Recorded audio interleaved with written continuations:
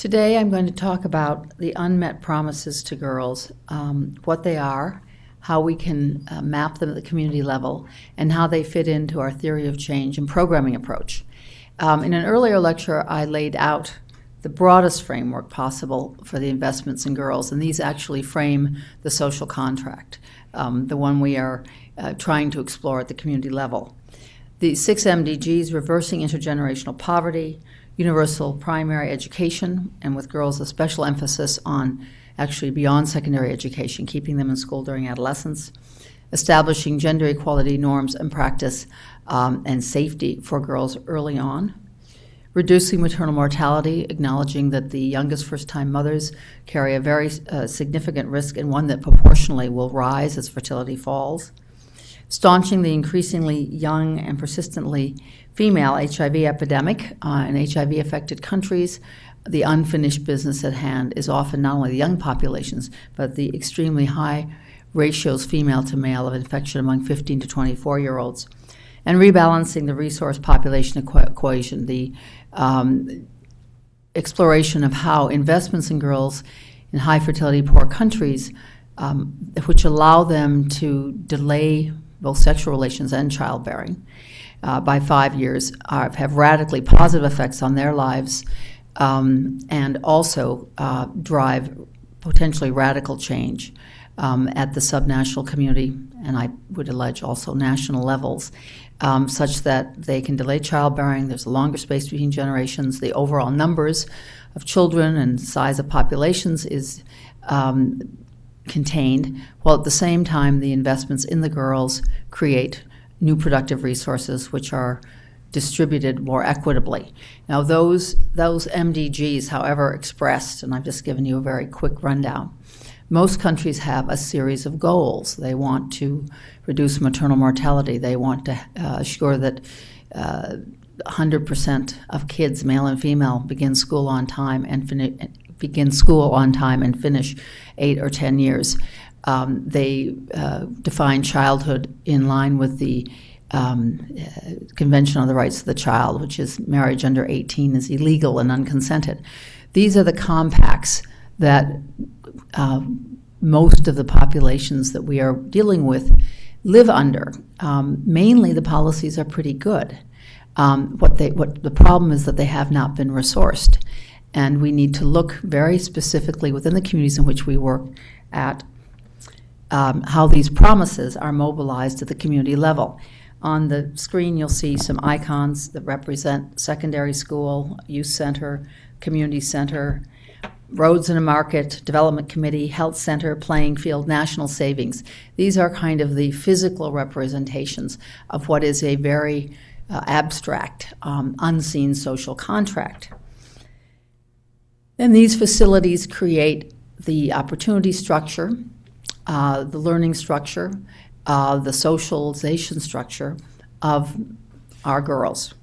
Now, in those communities, the boys have, not perfect, but they have often very high access, and not only to these institutions, but when they want. Their timings. If you look at the day of a boy of 15, my colleague Kelly Holman has done a wonderful, very rigorous study of this. A boy of 15 can move around a great proportion of his community, and it gets larger as he gets older. But for a girl, that community is quite small, and there are a few pathways she can use. So the boys have superior access. They can go to places without risk, and they have much more flexibility in terms of times of day. Mondays are safe, Tuesdays are safe, Fridays are safe, maybe Saturdays a little less safe. The better off girls have some access, not perfect, but they may be getting themselves to school, get health checkups when they need them. But our girls, the bottom 40%, are excluded. So when people say, what's the scale plan? What does success look like? Well, in the first instance, it looks like these girls getting access to their rights, not being excluded. And as I'll show you later, there's a visual in which the girls then begin to have established access and specific plans. in a way, we're helping the girls not only join their communities, but we're exercising the Constitution. This is a really important concept. Much of what we are doing, I think, is not just bedrock importance to health, to fertility reduction, to economic empowerment, but it is basically practicing the Constitution, practicing justice, establishing a base of participation. It's the sustainable base that will keep communities that have become marginalized alive. I'm taking a moment here to focus on timing because there's a high cost to denying girls their rights. In early adolescence, many girls irrevocably lose their rights. There are rights that are delayed. Now, it happens later than it should. You're allowed in many countries to have a bank account at 10. If you don't get it till 15, well, that's not great, but it's still there. There are rights that are costly to recover, and such as you've left school and getting back on track in school, and then in truth, very few second chance programs. So in theory, if you've left school, you can go back to school, you can continue skill training. And there are rights that are irremediably lost, and our girls look at losing rights irretrievably. Concepts of self, human potential, and new facts in their lives. Often between the ages of 10 and 14, these worst things happen. They lose part of their body to FGM, literally a piece of their bodily integrity is harmed. They experience forced sex, which apart from the brutality of it and the other consequences, disease, pregnancy, is the experience of not owning your body, so that girls who've had that experience may never actually recover the full capacity to think of themselves as independent agents. You become infected with HIV. Yes, there are treatments, but there's no cure. These are very expensive. They're hard to practice, and the way those entitlements are structured often, we have populations who take their HIV medication only up to a certain level because they're afraid of losing other entitlements, money for their children. Having HIV is a real struggle and a lifetime challenge. Or having a child when you're still a child, not even getting the investment in your own children before you have the responsibility, which many very young girls take very seriously, of having another child. And by virtue of their age, in the context of the constitutions we've just discussed, you're having a child under 18 in most places. You're doubly violated. You have been married or forced into sexual union, and now you have a second step. You have the responsibility of a child. So we focus our work on the most extreme outcomes. We sort of taking the human rights framework and saying, yes, all people have rights and needs, but some populations face, first of all, much higher levels of human rights abuses from which there is no return. And we must look at the resources for youth and adolescents within this framework because the resources are limited. And in most of our work, we propose driving resources to those who are at the highest risk of the worst violations of their human rights at the youngest ages. That will usually take you directly to adolescent girls. Another way of seeing this is to consider the role of structural and individual violence. It's a systematic way of denying girls meaningful access to their promised resources. Obviously, there are many consequences at the bodily level, intergenerationally, families in which girls have experienced violence. This is replicated into the future. Measurable mental health risk, lots of bad things at the individual level. But it's still quite pathologized as exceptional, and the stigma attaches to the girl. Let's look at it as a structural issue. Let's look at it literally as almost a plan of disinvestment. On the one hand, we're going to make these promises, the secondary school, the youth center, the playing field, the national savings. But what can we do to make sure that these girls don't actually use those resources? Well, violence and acting with impunity against these populations is like as if there's a ministry of disinvestment, blocking those girls from access to things that they have unalienable rights to, and that in many cases have even been funded based on these girls' needs. How many places have created the health center because they're concerned about maternal mortality? How many places have developed a youth center as a safety net? Yet the girls with the greatest need for these are systematically excluded, and violence and social norms stand between them in many cases and that access. So there's no way we can talk about repairing the social contract without talking about building protective assets and guaranteeing girls safe access with much more flexible timings than they have now to the facilities, entitlements, and services in their communities. So we have an exercise. And you can think about it actually wherever you are, but let's pick a community. And let's think about it. You're a 12-year-old girl. What are the places you can walk to? What do you call your neighborhood? What do you call your catchment area? On your representative community map, we want you to identify up to 15 important services, locations, resources, facilities in the community in which you are working that are potentially important resources for girls, whether or not they have access now. My eldest daughter was particularly interested in social change from a very early age, and she would sometimes talk about, "Oh, Mommy, there are so many, quote, resources," unquote. And she had the kind of imagination in which she could look and see that a school wasn't just a school, it was a place you could meet. She'd see a church the same way. She'd see the, person who ran the card store as another resource. She was very much alive to it, and she felt free and she felt safe. So sometimes we don't see these things because we've never been there and they don't seem like they're for us. And you'll get those reports from girls and their mothers. "Gosh, this is the first time we've ever gone into the community center. We've never been in the Cabelli house. I always stayed away from that playing field because I was afraid what would happen." It isn't alive to them that these are places that were meant for them. Now take out your map, maybe make a circle, and just start drawing. What features are in this community? A railway track, a swamp, a bus station, ethnic or linguistic divisions, migration areas, a market, and any important seasonality. Start thinking about this community as a dynamic social entity. Now you put on that map health services, hours and the hours that services are offered, emergency services, shelters, schools, non-governmental organization programs, feeding programs, youth programs, and query who is served. Are there dedicated hours for girls? Commercial and market centers, training centers, financial institutions, credit sources, wine stores, beauty parlors, a whole range of places which one group of people can go to and use regularly and others can't. In the civil rights movement in the United States, it was absolutely essential that the black churches functioned. It was a place where people could learn about voting rights, they could be organized. What we're dealing with our girls is, in effect, trying to make those communities begin to function with the minimum social access. But they don't have their own, so to speak, churches. They don't have their own places. But let's see what's already there that we might get them into initially. This is a map that one of our partners in South Asia put together, and it was a very modest community. The community had 365 people in it, of which 55 were girls, more or less between the ages of 6 and 18. For every 3 girls, there was one community resource. It's sort of a peculiar way of talking about it, but it begins to give a sense of how much density there is, even in very poor communities. This represents what's on the ground already in a very poor community, may represent a couple $100,000 of investment, and also a structure through which opportunities and investments and expansion of the economy and social life can proceed. So there's a huge investment on the ground from which girls are excluded. In the case of this place, which had high levels of trafficking, high school, bank, Panchayat Raj was the village council. There was actually a college, vocational training, post office, a playground, a mosque, a temple.